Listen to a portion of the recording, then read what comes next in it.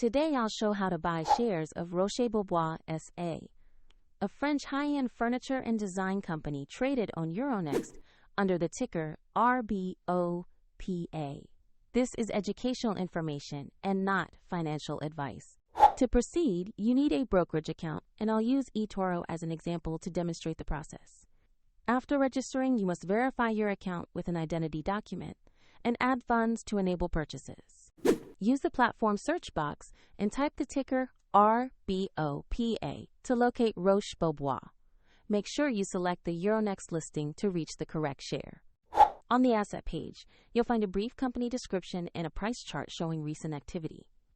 Double-check the company name, market Euronext, and ticker RBO.PA to confirm it's the right stock. To place an order, click Invest, enter the amount you want to buy, review the details, and confirm the trade.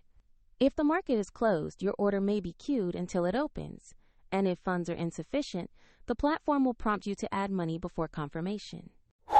After the trade executes, your position will appear in your portfolio. Find a link to eToro in the description if you want to follow the same steps.